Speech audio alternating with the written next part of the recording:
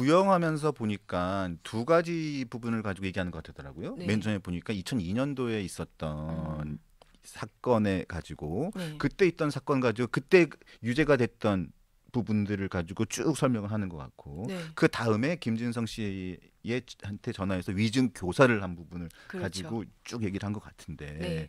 제가 보니까 그 양 기자님이 저기 설명해 주는 부분을 보니까 우리 시청자분들이 지금까지는 계속 뒷부분에 대해서만 많이 알고 있었잖아요. 네. 근데 앞부분에 김병량 전 시장과 관련된 최철호 PD, 그다음에 이모 기자가 나오고 그다음에 카메라맨, 오디오맨이 나오고 네. 나오고 있는 그 과정을 좀 간단하게 좀 설명을 좀 해주셨으면 좋겠어요. 네, 일단 이 사건이 이제 2002년도부터 시작이 되는 거잖아요. 2002년 5월 10일인가 이제 그렇습니다. 네, 네, 네. 그날 이제 그 이재명 변호사 사무실에 그 이재명 변호사가 당시에 그 뭐 백현동이 아니고 이제 그 파크뷰. 예. 파크뷰 개발 비리 그거를 파고 있었어요. 공동 집행위원장 뭐 이런 거 하고 있었고 그 최초로 추정 60분 PD가 그 방송 준비하려고 같이 이 사무실에 그쵸, 갔죠. 와서 뭐 이제 뭐 인터뷰 달라고 그랬던 것 같아요. 근데 이제 거기서 이제 문제의 검사 사칭이 벌어지는 거죠. 원래 최철호 PD가 이 사무실에 성남시장 사무실 전화하니까 전화 안 받았어요. 나중에 콜백이 왔어요. 시장한테 시장 개인 폰으로 나한테 전화 좀 해달라. 그러니까는 콜백을 합니다. 콜백을 하면서 이제 그 사달이 벌어진 거예요. 네, 네, 그러니까 네. 확정 판결문에 나온 내용으로는 전화를 하면서 성남시청 검사라고 전화를 했잖아요. 서모 검사라고. 그러니까 서모 검사라는 이름도 이재명 변호사가 일러줬다는 거예요. 네, 경상도 말을 쓰는 검사, 서모 검사라고 말 겁니다. 그렇게 해서 서모 검사 얘기를 하면서 또 질문 같은 것도 뭐 홍 회장한테 뭐 은갈치 받고 골프 쳤다는데, 네, 그런 내용도 질문 불러주고 중간 중간 이렇게 스피커폰으로 통화하면서 들으면서 뭐 오케이 뭐 이런 요것도 했다고 네, 요것도 손가락으로 판결문에 나와서 2심 판결문에 손가락으로 동그랗게 만들어서 만족한 표시를 했다. 그런 내용도 있어요. 네. 그러고 난 다음에 재판 과정에서 보니까 거기에 나와 있는 상황들을 보면 그 재판에서는 유죄가 확정이 된 거잖아요. 네, 그렇죠. 맞죠? 네. 검사 사칭한 걸로. 네. 근데 그 검사 사칭한 걸로 유죄가 결정이 됐는데 네. 그 재판이 2018년에 가가지고 본인이 얘기를 하잖아요. 네. 도지사 선거할 때, 나 그 옆에 있다가 내가 한 게 아니에요. 네. 그냥 옆에 있다가 그냥 내가 그냥 언배던배 해가지고 내가 누명 쓴 거라는 식으로 얘기를 해서 또 재판을 가지 않습니까? 그렇죠. 거기서 이 위증 교사가 이루어지는 거죠. 네, 그렇죠. 예. 그러니까 그 재판에서 무죄를 받기 위해서 네. 위증 교사를 한 것이죠. 네. 그때 신청했던 유일한 증인이 이제 김진성 씨인 거예요. 예. 그러니까 김진성 씨를 통해서 교사한 내용이 뭐냐면은 KBS하고 성남시 간에 최초로만 고소를 취소해주고 이재명을 주범으로 몰기로 하는 합의가 있었다. 그러니까 이 취지의 증언이 이제 이재명 대표 입장에서 왜 중요하냐면은 네. 그렇게 지네들끼리 합의했기 때문에 나를 범인으로 몰았다. 내가 마치 옆에서 코치해주고 내가 사주해서 검사 사칭한 것처럼 그렇게 몬 것이다 라고 주장을 하기 위해서 김진성을 갖다가 내세웠던 거죠. 근데 그때 보면 여러 가지 그 주변에 네. 사람들이 있었잖아요. 네. 왜냐하면 2002년 사건에서. 네. 그러면 최소한 저희가 방송 나와서 보면 취재하다 보면 방송 취재를 하다 보면 일단은 기자 나가죠. 네. 카메라 나가죠. 오디오 최소한 3명은 나가지 않습니까? 그렇죠. 그럼 그 상황을 보고 있잖아요. 그런데 이 사람들은 증인으로 그때 신청을 안 한 거예요? 당연히 나왔죠. 예. 그 사람들 검찰 조사 받았고. 예. 그러니까 저는 저 입장도 그렇고 사법부 입장도 마찬가지라고 생각을 하는데 이 사건에서 가장 객관적이고 중요한 증인이 바로 카메라맨 오디오맨일 거예요. 그렇죠. 왜냐하면 제3자잖아요. 네. 이 사람들은 그냥 기술적으로 소리 따고 화면 달라고 간 사람들이란 말이에요. 네. 근데 가서 보니까 아니 PD가 무슨 검사라고 하면서 전화를 하네? 옆에서 변호사가 코치를 하네? 그게 그 사람들이 본 거 아니에요. 네. 그거 그대로 검찰에서 진술하고 법정에서도 증언을 하고 그러니까 재판부가 보니까 검사 사칭 맞네. 그래서 유죄가 난 거란 말이에요. 근데 그 사람들은 네. 2018년 재판에서는 증인으로 신청이 안 됐어요? 2018년에 안 됐어요. 그러니까 그거를 이번에 검찰이 얘기를 한 거예요. 너가 만약에 그렇게 너가 이렇게 이재명 대표가 당신 말대로 사칭 안 했는데 범인으로 몰렸다고 하면은 그때 그 사람들 증인으로 부르면 되는 거 아니냐. 네. 근데 검사 사칭 재판, 예를 들면 공직선거법 재판 이런 데 하나도 안 부르다가 네. 공직선거법 재판에서 유일하게 부른 게 김진성인 거예요. 네. 네. 왜 지금 와서 지금 그 사람들이 다 거짓말한다라고 그렇게 얘기를 하냐라는 것이죠. 그러니까 결국은 본인이 컨트롤이 가능한 사람만 불렀다는 거죠. 그렇죠, 그렇죠. 네. 그렇잖아요. 그러니까 만약에 진짜 카메라맨, 오디오맨 불렀으면은 뭐 앞서 2018년 공직선거법 재판에서 불렀으면은 네, 검사 사측 맞아요. 저희도 그렇게 증언했고요. 실제로 이재명 변호사가 옆에서 코치한 거 맞아요. 그렇게 했을 거예요. 그러면 네. 무죄가 안 나왔겠죠. 그럼 당연히 그러니까 그게 그렇죠. 오히려 그러니까 안 부르니만 못한 그런 증인이 되는 거죠. 그 사람들은. 그래서 네. 본인이 컨트롤이 가능한 김진성을 택했고, 근데 그 김진성을 택했는데 맨 처음에 그 누굽니까? 김용인과 정진상을 통해 가지고 김인석과 정진상을 통해서 회유를 했는데 김진성은 네. 잘 모르겠는데요, 잘 모르는데요 하니까 결국은 몸이 직접. 단 네. 이재명이 전화를 한 거고, 그렇죠.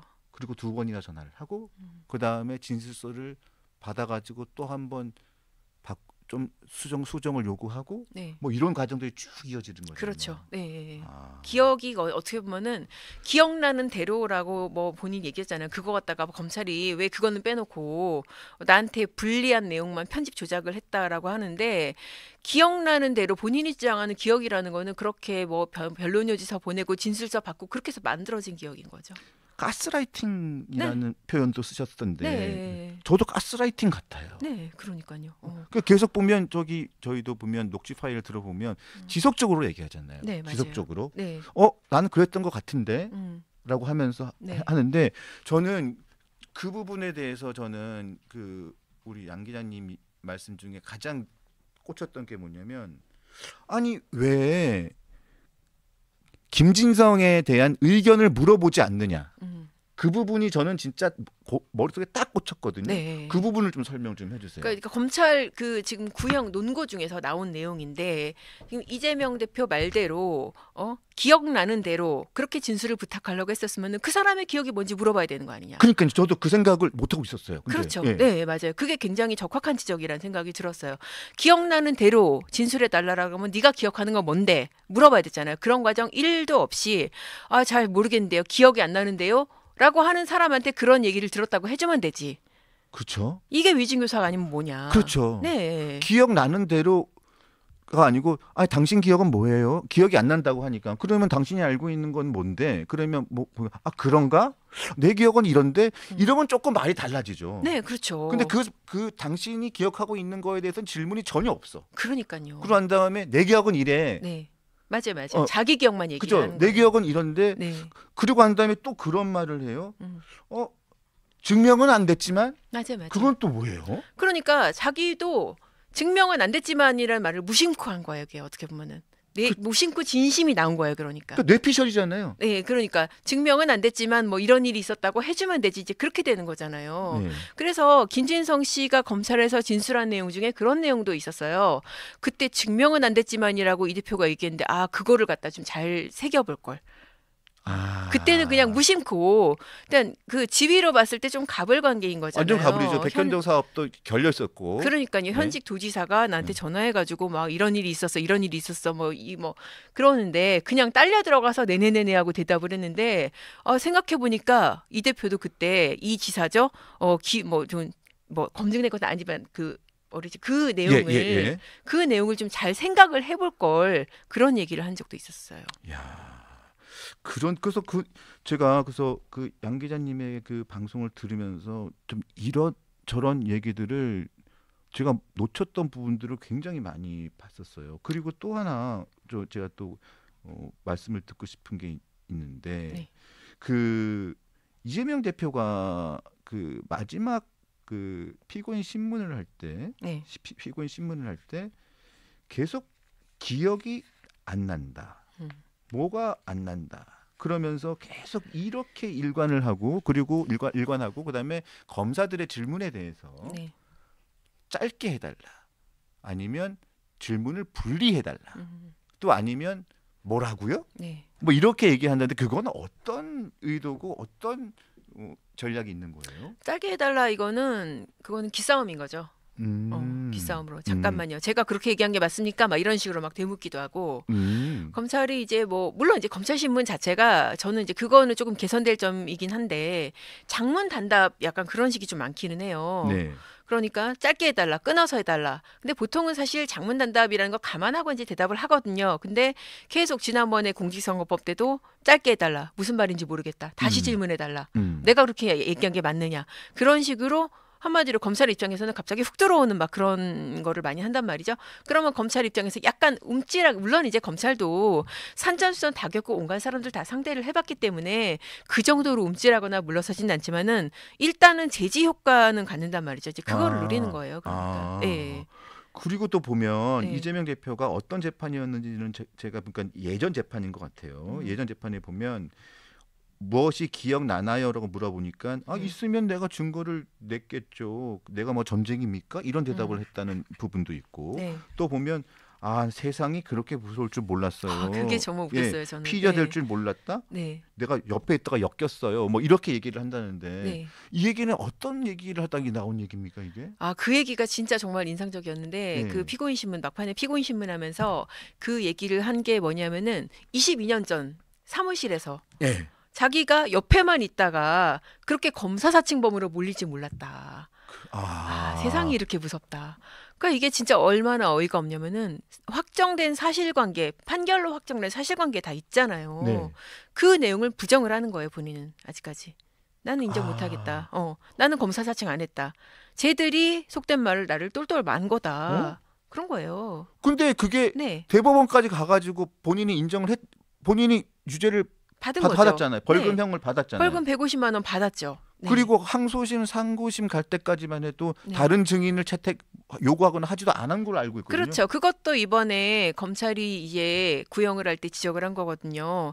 당신이 그렇게 억울했고 그때 당시에 없는 사실을 누가 조작을 했다면은 최소한 검사 사건, 검사 사칭 사건의 항소심, 상고심에서 그걸 주장을 했어야 되는 거 아니냐. 그렇죠. 네. 우리 1심에서 주장을 했어요. 근데 기각을 했어요. 근데 2심, 3심에서 더 주장을 안 한 거는 자기가 생각해도 이거는 택도 없고 증거도 없다는 거 알기 때문에 그런 거 아니냐. 그거를 갖다 지적을 한 거죠. 네. 그런데 본인이 세상이 그렇게 무서울 줄 몰랐다. 네. 내가 피의자가 될 줄 몰랐다. 그러니까 저도 진짜 정말 저도 몰랐습니다. 이 대표가 그런 얘기를 할 줄은. 야. 네. 이 완전 진짜 피해자 코스프레도 어떻게 이렇게 할 수가 있나 그런 생각이 들더라고요. 그리고 기자님, 제가 또 들어보니까 여기서 약간 제가 또 소름이 돋았던 게 네. 이게 맨 처음에 사건은 2002년 사건이잖아요. 네.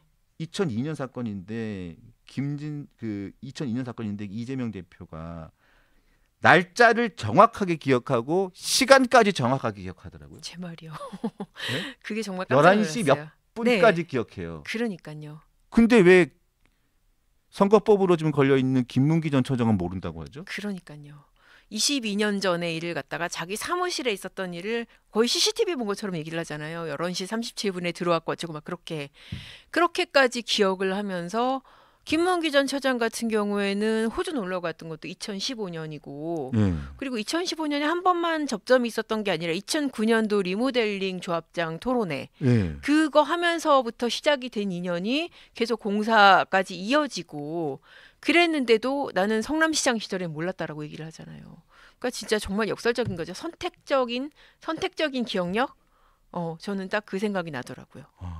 그리고 저기 검찰이 여러 가지 구형에 대한 설명을 쭉 하면서 제가 보기에는 저도 법조팀장을 해봤지만 제일 그 관심 있게 봤던 부분은 김진성 씨와의 이 녹음 파일이잖아요. 네. 근데 녹음 파일을 가지고 계속 이재명 측은 짜깁기다, 조작이다, 그리고 증거 능력이 있느냐 없느냐 계속 얘기를 하는데 말씀을 제가 보니까 증거 능력은 확실한 거고 확실하죠. 예. 그거는. 근데 그것을 그것을 검찰이 확보하게 된 내용도 네. 재밌더라고요. 네, 그러니까 이게 어떻게 보면은 위증 교사가 있을 거야, 막 다 파봐야지, 있는 데를 파봐야지 그렇게 나온 게 아니라 예. 이게 그러면 그러니까 어디에서 뭐가 나올지 모른다라는 게 이 사건에 딱 적용이 되는 거예요.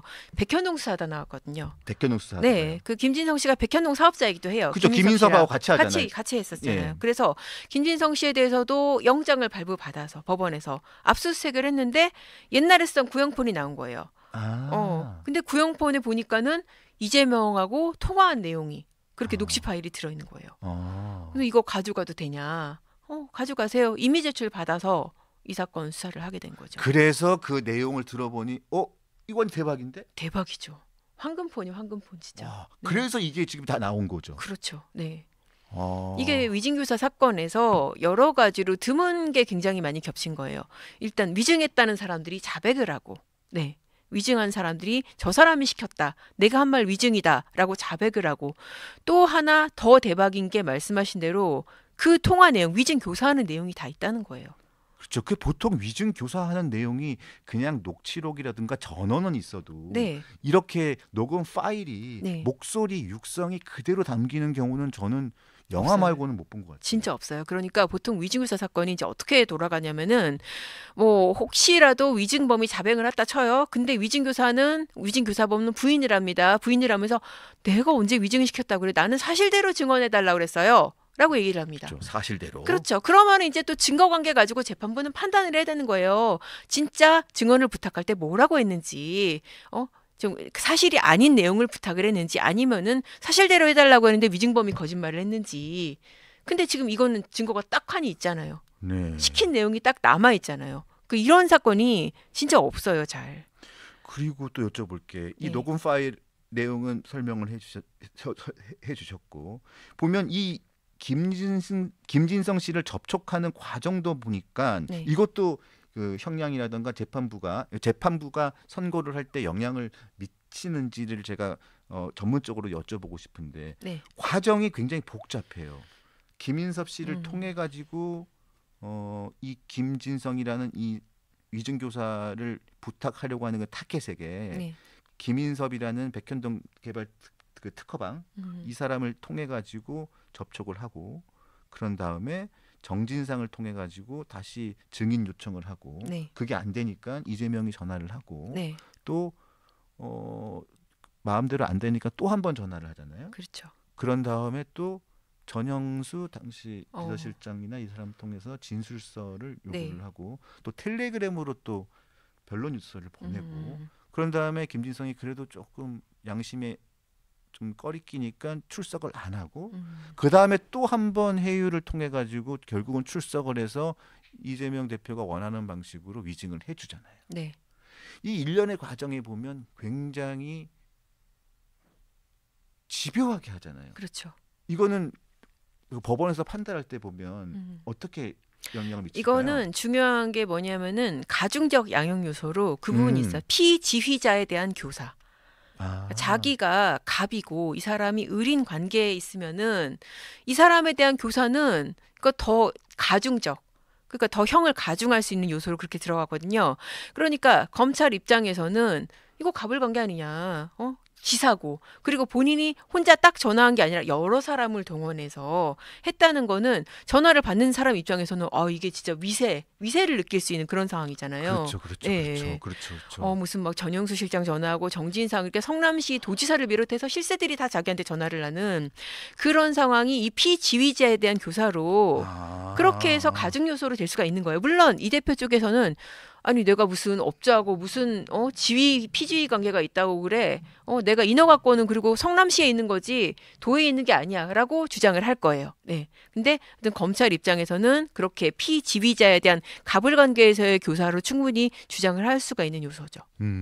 그리고 검찰이 답안지를 제공해서 만점을 받게 했다. 이런 표현도 있는데 그게 신박하게 좀 들어왔는데 자, 그만큼 보면 검찰이 이 부분에 대해서는 굉장히 자신감이 있어 보여요. 네, 그렇죠. 네. 이 위증교사 부분에 대해서. 왜냐하면 증거관계가 너무 확실하잖아요. 너무 확실해서. 네. 그럼 전문가 입장에서 보시면 이 선고가 어느 정도 날 거로 보이세요? 예측하기가 좀 네. 예측하시기가 이게 이렇게 제가 정답을 요구하는 건 아니에요. 네. 이게 유죄가 안 나기는 어려운 사건 같고요. 유죄가. 네, 안 나기는 어렵고 그리고 검찰이 이번에 구형에서 강조를 한 게 벌금 난 경우 거의 없다는 거예요. 그렇죠. 뭐 6%밖에 안 된다 그러죠. 그것도 뭐 북한 네. 이런 사람들 그러니까요. 탈북 북한 이탈 주민 아니면은 진짜 정말 이거 반성하는 봐줘야 사람. 되는 경우 근데 어느 경우에도 해당 안 된다. 나머지는 다 실형 아니면은 집행유예다. 이게 사실 집행유예만 돼도 이게 충분히 뭐 정치적인 의미는 있죠. 네. 피선거권 제한이 되니까. 제한이 되니까. 네. 근데 그거를 넘어서서 저는 단기 실형까지도 가능성은 충분히 있다고 생각이 들어요. 왜냐하면은 이게 가중 요소만 있는 거는 사실이거든요. 네. 감경적인 요소라고 한다면은 자백을 한다든지 그 동종의 전과가 없다든지 뭐 그런 부분이 될 텐데 자백 안 하고 저렇게 끝까지 다투고 있죠. 네. 그리고 사실 옛날에 또 검사 사칭하면서 그때 무고도 있었거든요. 그렇죠. 무고가 있었죠. 네, 무고도 있었어요. 무고 위증 같은 계열이에요. 예. 이렇게 봤을 때는 동종 전과로 볼 수 있거든요. 아, 동종 전과가 지금 네. 합하면 그렇죠. 동종 전과가 있으면 그렇죠. 가중 요소잖아요. 그렇죠. 가중 요소로 볼 수 있다고 생각. 그러니까 검찰 이번에 구형 3년까지 한 거 3년 굉장히 센 거거든요. 세죠. 네. 그러면은 단기 실형을 해도 크게 이상하진 않아요. 그 옛날 사건을 한번 제가 돌아가 볼게요. 네. 변호사님이자 기자님. 근데 제가 그 기자님 저기 유튜브를 제가 들어보니까 네. 앞쪽에 얘기를 들어보니까 KBS 이모 기자가 증인으로 출석하고 네. 이 출석 부분이 굉장히 중요한 부분이었다라고 말씀을 하시던데 이 부분은 예전에 그 검사 사칭에 대한 부분인가요? 네, 그렇죠. 검사 사칭 당시에 그 이재명 대표의 주장입니다. 이모 기자가 자기한테 전화를 해가지고 그때는 이제 뭐 변호사님 뭐 그러겠죠. 변호사님 지금 돌아가는 게요. 최철호가 자백하는 것 같아요. 그리고 뭐 회사랑은 최철호가 지금 경징계 받는 걸로 뭐 그렇게 합의를 하고 변호사님 뭐 주범으로 가는 것 같아요. 그런 식으로 전화를 자기한테 제보를 해줬다는 것이죠. 그게 이모 기자가 네. 당시 이재명 변호사한테 그게 이제 이재명 변호사의 주장이고 녹취록도 있다. 그러면서 녹취록 내고 증인으로 부르겠다. 그래서 증인으로 불렀어요. 아 그래요? 예. 그런데 다 꽝이 난 거죠. 왜요? 왜요? 아니 그 증인으로 나와서는 이 기자가 그 내가 이렇게 얘기를 했다고요? 이거 혹시 녹취록 말고 녹음 파일 있으면 좀 들려줘 보세요. 녹취록에 보면은 내가 모르는 사람들하고 이렇게 대화를 한 거로 돼 있어요. 내가 그때 입사 3년 차라서 여기 녹취록에 나오는 이런 직급들하고 내가 알 일이 없어요. 라고 그렇게 얘기를 한 거예요. 네. 그리고 이 녹취록이라는 거 또 보니까 대화자가 그러면 이모 기자 그렇게 돼 있었잖아요. 근데 대화자가 불상자예요? 네, 불상자. 그럼 이모 씨인지 아닌지도 모르는 상황이잖아요. 모르죠. 그리고 내용도 공증이 안 돼 있나요? 공증도 그러니까 속기사 이름이 없다는 거예요. 속기사 서명 날인이 없다. 그러면 그거는 인정 못 받는 거 아닙니까? 그래서 이 지금 검찰이 결심 공판에서 물어봤어요. 이 대표한테 이거 왜 불상자로 돼 있고 서명 날인도 없냐 그러니까 뭐라 그러냐면 아이고 이거 내용이 사실로 드러나면은 뭐 민감해서 굉장히 불이익을 입는 사람이 있는데 이걸 어떻게 그대로 내겠냐. 아이 근데 재판에서 내는 거를 이게 무슨 우리가 언제부터 그렇게 박애주의자입니까? 아니 우리가 맞네 박애주의자. 배려남. 그러니까 스윗하시네. 굉장히 이렇게 배려를 많이 하시는 분이네. 언제부터? 그러니까요. 아니 저작거리에서 흔드는 것도 아니고 법원에 내는 걸 누가 그렇게 내요? 그러니까요. 깜짝 놀랐네. 그렇게 배려심이 좀 많으신 분인 줄 몰랐네. 그러니까요. 저도 참 이게 뭐야. 굉장히 피해자이기도 하고 순진무구한 분이시기도 하고 배려남이시기도 하고. 배려남이시네. 네. 그리고 그래서 자꾸 그런 말씀을 하시는구나. 자기는 정말로 피해가 될 줄 몰랐다. 네. 엮였다. 네. 나는 기억이 안 난다. 그러니까요. 세상 무서운지 처음 알았대잖아요. 세상 무서운지 처음 알았다. 그리고 네, 지켜줘야 되는 분이에요. 그러니까 나는 너무 힘들다. 네. 네? 그리고 나는 일본 사람이 아닙니다. 일본 사람. 저는 요즘에 네. 이것도 한번 우스갯소리로 여쭤보고 싶었는데 네. 여러 가지 비유가 있을 수 있잖아요. 네. 근데 법원에 나오시는 분이 네. 나는 일본 사람이 아닙니다라고 해서 일본 아닙니다를 빼면 난 일본 사람이 되는 거냐. 난 이런 비유를 왜 하는지를 잘 모르겠어요. 근데 혹시 이 부분에 대해서 생각을 해보죠. 저는 자다가도 벌쩍벌쩍 일어나서 도대체 이 얘기를 왜 한 거지? 약간 이불킥 아닌가요?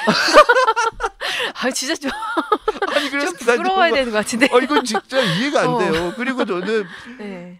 기자님 유튜브 듣고 깜짝 놀랐어. 피의자가 될 줄 몰랐다 자기가. 네. 피의자가 될 줄 몰랐대요. 아니 본인이 네. 검사 사증 해놓고 난 다음에 피의자가 될 줄 몰랐다니. 아, 그러니까요. 자기 지금 덮어 썼다는 거 아니에요. 옆에만 있다가 PD가 검사 사칭한데 옆에만 있다가 피해자가 될 줄 몰랐다. 세상 무서운지 몰랐다. 이건 이거. 뭐예요 그러면? 이건 왜 한 거죠? 잘 들었습니다. 뭐 그랬나 보지. 전화 통화 잘하셨습니다. 뭐 이런. 이재명 네. 대표 알면 알수록 볼매네요. 아, 볼매. 아주 볼매예요, 볼매. 그러니까요. 볼매예요. 반전 매력이네 진짜. 볼매예요. 그리고 텔레비전 너무 지켜줘야 돼 우리가.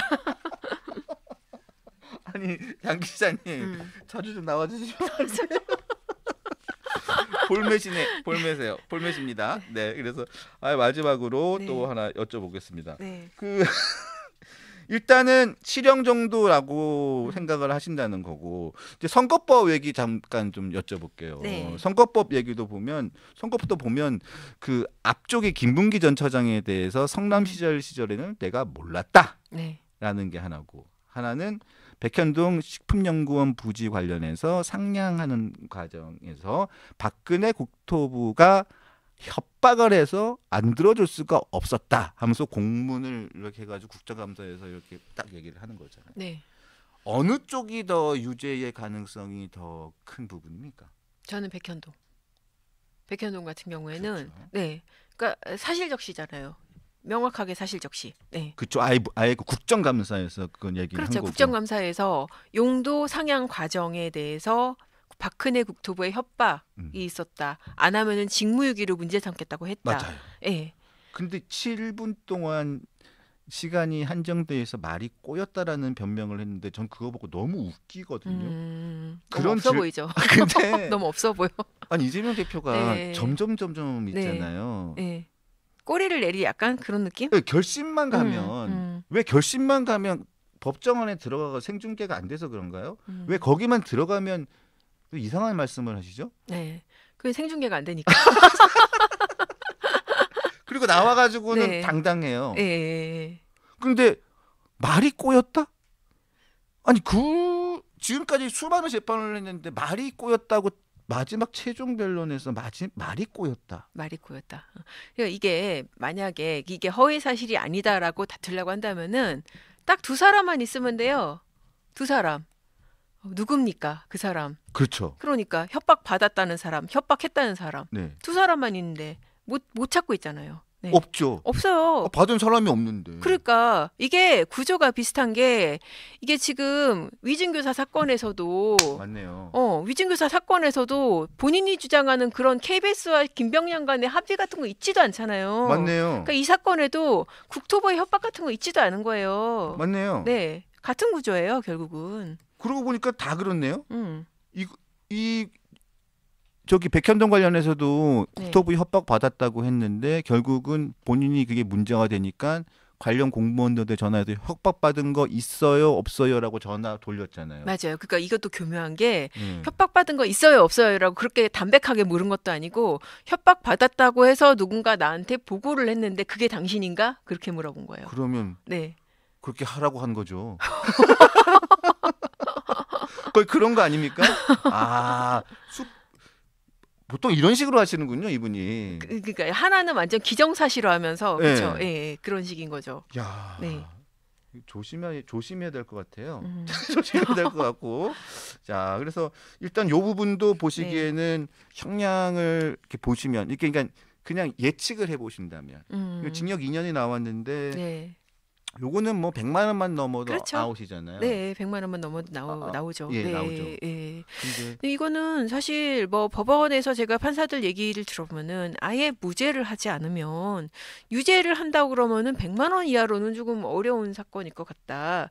왜냐하면은 이게 단순한 사실 부인이 아니고 지금 이게 특히 백현동 같은 경우에는 이게 배임죄랑 연관이 돼 있잖아요. 그렇죠. 배임죄하고 연관돼 네, 있잖아요. 백현동 용도 변경이 왜 그렇게 됐느냐 그거를 잘 설명해 주는 게 바로 김인섭 판결문이거든요. 그런 식으로 징역 5년 나왔잖아요. 로비와 청탁이 이루어진 그 과정을 숨기기 위해서 엉뚱하게 박근혜 국토부를 갖다 댄 거 아니에요. 맞아요. 네. 그러니까는 이거는 굉장히 죄질이 안 좋은 거죠. 김인섭 판결문을 보면은 이 정진상이라는 사람의 위치와 역할에 대해서 그러니까 공동으로 결재했다 그런 표현도 있어요. 네. 시장하고. 예. 네. 그러니까 그 정도로 중요한 위치이기 때문에 그러니까 검찰 입장에서는 그 판결문을 기초로 해가지고 판결문이 그냥 그대로 그냥 증거가 될 수 있는 거예요. 이렇게 중요한 사람이다. 그러면 이게 이 사람의 결정이 시장의 결정 아니겠느냐. 그렇죠. 그렇게 주장을 할 수가 있는 거죠.